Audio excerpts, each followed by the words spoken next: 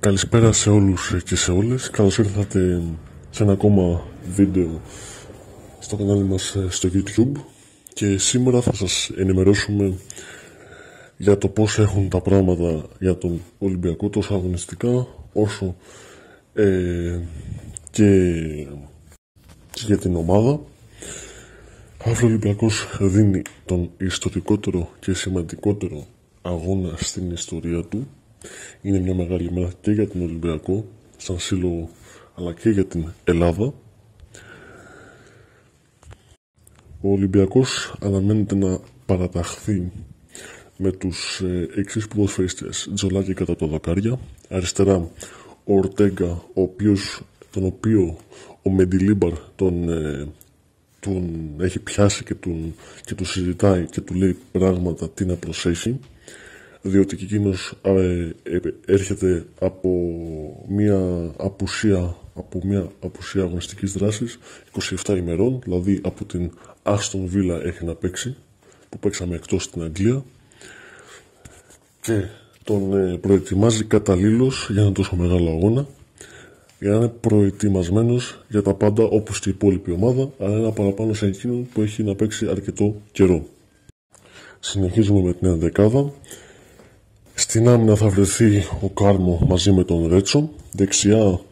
Στα δεξιά άκρο της άμυνας θα βρεθεί ο Ροντινέι. Τώρα στη μεσαία γραμμή Εσέ, Τσικίνιο, και όπως όλα δείχνουν θα είναι ο Ιμπόρα μπροστά τους. Αριστερά ή δεξιά ο Φορτούνης, και αναλόγως αριστερά ή δεξιά και ο Ποντένης, αναλόγως που θα βάλει ποιον ο Μεντιλίμπαρ.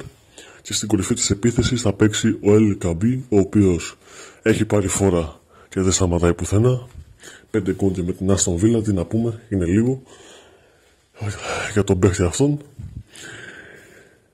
Τελευταία προπόνηση έγινε σήμερα για τον Ολυμπιακό. Είναι όλοι έτοιμοι σε προσωπικό επίπεδο όσο και σε ομαδικό επίπεδο. Τα έχει πει πολύ καλά ο Μεντιλίμπαρ στους παίχτες του, τα έχουν συζητήσει, έχει δείξει πλάνο από τους παίχτες της Φιωρεντίνα και γενικά την ομάδα, το πώς παίζει, την πίεση ψηλά, το ότι πρέπει συνεχώς ο Ολυμπιακός να πιέζει ψηλά, να κερδίζει μπάλες, και αν όχι να κερδίζει τις πρώτες, τις δεύτερες μπάλες αμέσως. Είναι απαιτητικό παιχνίδι και θα χρειαστεί πολύ, μα πάρα πολύ προσοχή και συγκέντρωση για τους παίκτες του Ολυμπιακού. Τέλος, να ενημερώσουμε πως θα στηθούν στον Πειραιά, στην πλατεία Κοραή, στο κέντρο του Πειραιά. Θα υπάρχουν γιγαντοοθόνες σε 3 πλευρές του Πειραιά. Πλατεία Κοραή στο κέντρο του Πειραιά, πλατεία Παπα-Νικολή στη Μαρίνα Ζέας και στην πλατεία Γεωργίου Γεννηματά στα Καμίνια, στον πεζόδρομο Αμοργού και Αγίου Ελευθερίου.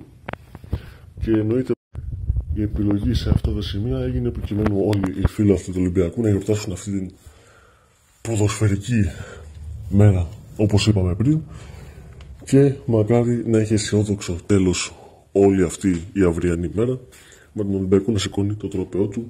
Δεν λέμε κάτι παραπάνω, να παίξει καλά ο Ολυμπιακός και βλέπουμε. Να είστε όλοι καλά. Σας ευχαριστούμε για την ακρόασή σας. Γεια σας.